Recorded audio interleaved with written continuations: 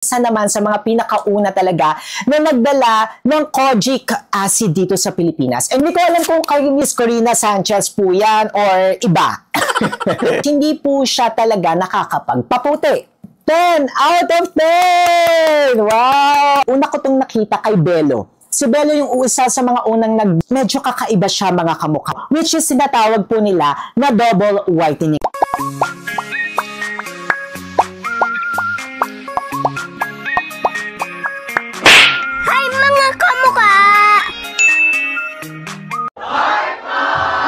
Hi mga kamukha, tayo pinagbabalik. Ako po si Sir Lawrence, ang inyong human guinea pig. Heart! Gusto niyo ba ito? Sumasabay tayo sa trend, no? May mga pub jacket na M&M si Sir Lawrence. And kung gusto niyo pala ito mabili mga kamukha, wait lang, sumasabit ka pa. Meron po tayo niya nakalink sa description box sa baba. Ilagay na lang natin siya sa baba. Talagang hindi kayo maloloko. Very legit. Maganda po siya in person, mga kamukha. Kaya kung gusto niyo rin bumili, gusto niyo makisabay sa trend, check niyo na lang yan sa description box sa baba. Sabi ko nga po sa inyo, nakikinig at nagbabasa po talaga kaming team kamukha ng mga comments sa mga messages nyo. At isa po sa mga comment nyo doon, at hello po sa nag-comment nito, gusto nyo po na gumawa naman tayo ng rating sa mga Watson's brand na pampaputi naman ng mga sabon. Ayan, whitening soap brands na matatagpuan sa Watson's. Kaya naman, mga kamukha, dahil nakikinig nga kami, eto, gumawa tayo ng mga palista. Siyempre, based na naman nga po ito sa ating qualifications na makikita nyo po yan dito sa ating gilid-gilid. At ito na nga po ang ating qualifications. Total of 10 points po ang pinakamataas na pwedeng makuha ng isang brand. Unang-una na nga po dyan is yung availability. Bukod sa Watson's, available nga ba ito sa Shopee or sa ibang mga platforms? That's 1 point. The 1/1 po ang pwede nilang makuha. Next one is yung mga ingredients or formulation. Maganda nga ba yung pagkakagawa or hindi maganda, tinipid tayo, mahal sa presyo, pero hindi naman ganun kagandahan. Ayan po siya. So, 3 points po ang pwedeng makuha. Third one is yung innovation. May bago ba silang ino-offer sa market? Sila ba yung mga unang gumawa nito? May mga kakaiba ba? Uniqueness, no? Na binibigay sa atin itong brand na ito. At ang last one ay 3 points din para sa kanyang presyo. Baka nga maganda nga po, pero sobrang mahal naman. Kaya yan po ang ating pamantayan qualifications. 10 points po ang pwedeng makuha ng isang brand. Simulan na nga po natin. At ang una sa ating listahan ay ang Kojisan! Ayan mga kamukha, for availability, talaga namang kilalang-kilala na itong Kojisan kung saan-saan natin ito mabibili. Bukod sa Watson's, kaya 1/1 po ang score nito ni Kojisan. And then for its mga ingredients naman po. Kung titingnan naman po natin yung ingredients, sila yung isa naman sa mga pinakauna talaga na nagdala ng kojic acid dito sa Pilipinas. And yung kojic acid po is maganda po yan para makapagpalighten ng ating skin. It's proven, may mga studies na nga rin po na nagbaback up nito, na maganda ang kojic acid para sa paglalighten ng ating skin, pag-i-even out ng ating skin tone, at saka kung tayo po ay may mga pimples, ayan, pwedeng mag-fade yung mga pimples natin because of kojic acid. At ito nga raw pong si Kojic San, according dito sa kanilang kiniklaim dito, ginagamitan daw po nila ito ng high grade na kojic acid at saka may zero pigment light technology po ito that targets dark spots and uneven skin tone naman po. Ako po personally, ilang taon ko nga rin po itong ginagamit, kaso ang nagiging problema ko nga lang po dito kay Kojic San is nagbi-bleed po siya. Yung kulay orange po niya talaga, medyo makalat, medyo messy siya, na kapag nagbi-bleed nga po siya, talagang umaapaw, talagang pati sa mga sahig, at nagkakaroon nga po tayo ng stain. And yun yung talagang ayoko talaga when it comes to kojic acid na mga soap. Yes, I know nga po na mahalaga na talagang matapang po yung kulay orange, pero there are already technologies that are available nowadays na hindi na ganoon ka-dark yung mga ginagawa nila or parang hinahalo nila ito with different ingredients para mag-lighten. So for ingredients itself, mga kamukha, since yung formulation niya nga po ay ganoon na nagbi-bleed siya, bibigyan ko lamang po ito ng 2 points. Next one, innovation, uniqueness, isa sila sa mga unang nagdala dito ng kojic acid sa Pilipinas.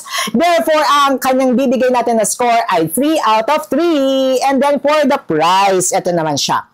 Ang price nito ni Kojic San, napakamura niya. 87 pesos po for 3 na tig 65 grams na po siya. So, napakamura, no? Less than 29 or na less than 30 pesos lamang siya for 65 grams. Therefore, ang points niya ay 3 points din. Ang total nga po ni Koji-san ay 9 out of 10 points. Next one naman po is si K-Glow na Collagen Bright. Ayan po siya. Ilang beses ko na rin to nakikita sa Watsons. Ayan, ang galing ng marketing nila talaga kapag naghahanap ako sa Watsons. Unang-una ko talaga nakikita itong K-Glow. Hindi ko alam kung kay Miss Corina ba to. Correct me if I'm wrong. Kung may kay Miss Corina Sanchez po yan or iba. Okay, ito naman pong si K-Glow. Tingnan naman po natin itong si K-Glow for availability. Available po siya sa Watsons and available din po siya sa ibang mga platforms. Therefore, ang score niya is 1 over 1. And then for the ingredients naman tayo, meron po itong kojic acid, collagen, alpha-arbutin, at may salicylic acid na rin po ito, no? So, let's go first with kojic acid. Ito nga po is nakakapagpaputi nga po katulad ng sinabi natin sa inyo kanina. Maganda po siya pag i-even out ng mga skin tone. Talaga naman po na proven and tested po yan. Meron nga rin po itong alpha-arbutin na ginagamit ng mga brands ngayon para sa pagpapabrighten ng ating skin. And then may salicylic acid din po ito na maganda naman kung tayo ay mga may pimples. Ito lang siya mga kamukha, no?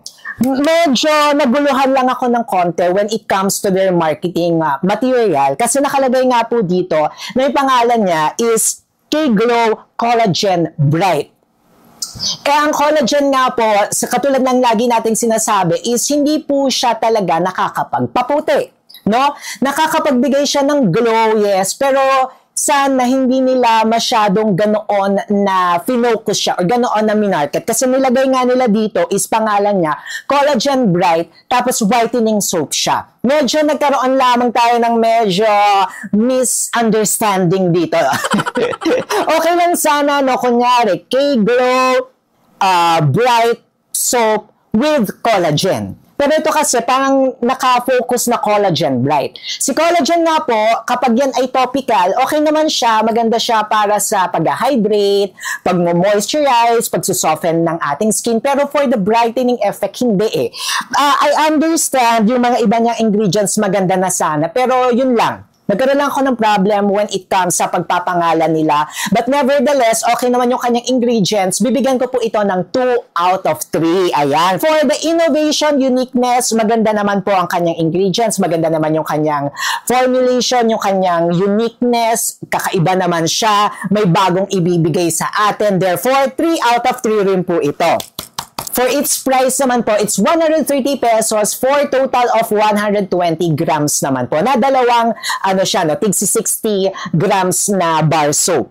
So, mura na rin siya. Mura na po siya. Hindi siya umaabot ng tig 200, 300 pesos per bar soap. Therefore, 3 out of 3 rin po ang kanyang price. Ang total po ni K-Glow ay 9 out of 10. Next naman po sa ating listahan ay ang Dr. Sensitive na Activated Charcoal Whitening Soap. Alam nyo, galing ng ating research team. Hindi ko to masyadong nakikita sa Watsons. Pero upon checking, maganda siya ha. In fairness dito sa ating team na to, ayan, marami tayo talagang nadidiscover dito sa ating channel. So let's go first sa availability. Available po siya sa Watsons and available po siya sa mga iba't ibang platforms. Kung gusto nyo pong bilhin ito, meron tayo niya nakalink sa description box sa baba kung gusto nyo pong mabili sa Shopee. So, ang score niya is 1 over 1. And then, for the ingredients, ito. Medyo kakaiba yung ingredients niya. At gusto ko yung mga ingredients niya, no? May 3 po siyang active ingredients. Una na po dito yung natural activated charcoal. Maganda po yung natural activated charcoal because it detoxify our skin and removes impurities. At ang kagandahan dito sa soap na to, mga kamuka, doon sa packaging niya, doon sa likod, makikita nyo talaga, no, talagang ine-emphasize nila kung ano yung mga active ingredients niya, which is talagang magandang-maganda, mga kamuka.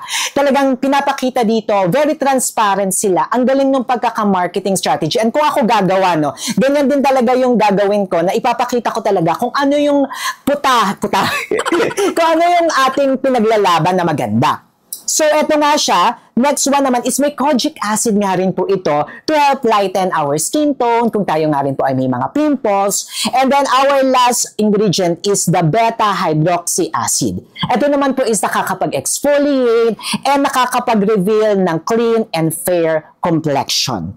So, ingredients at ingredients pa lamang nito ni Dr. Sensitive. Tapos kung makikita nyo, hindi rin ito messy gamitin. Hindi siya yung talagang pure na kojic acid na orange. Therefore, ang kanyang ingredients ay 3 out of 3! Next one for innovation, uniqueness, I love it. Nagustuhan ko siya. Tingin pa lang dito mga kamuka at ganyan sana kayo, no? Maging mapanuri kayo. Before kayong bibili, i-rate nyo na rin yan sa inyong sarili. O eto, pagtabi-tabihin nyo ano nga ba yung maganda dito. At eto nga pong si Dr. Sensitive, nagandahan ako. Very unique with charcoal, kojic acid, pinagsama-sama. Tapos meron pa itong beta-hydroxy acid na makabago rin for exfoliation ng ating skin. Kahit di na kayo mag-scrub, no? May natural exfoliator na siya. Therefore, 3 out of 3 rin! For the price, eto na siya mga kamuka. For the price naman ito is 79 pesos for 120 grams. Wow!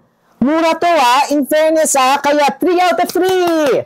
Total of 10 out of 10! Wow! Alam nyo, gusto ko itong i-try, Dr. Sensitive. Alam nyo na yan. Makikita nyo na yan dito sa ating channel.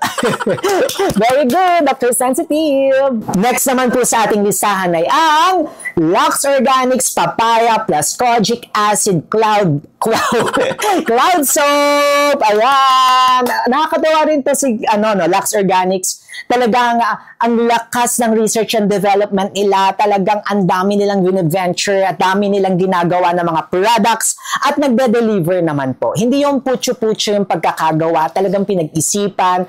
May research and development team.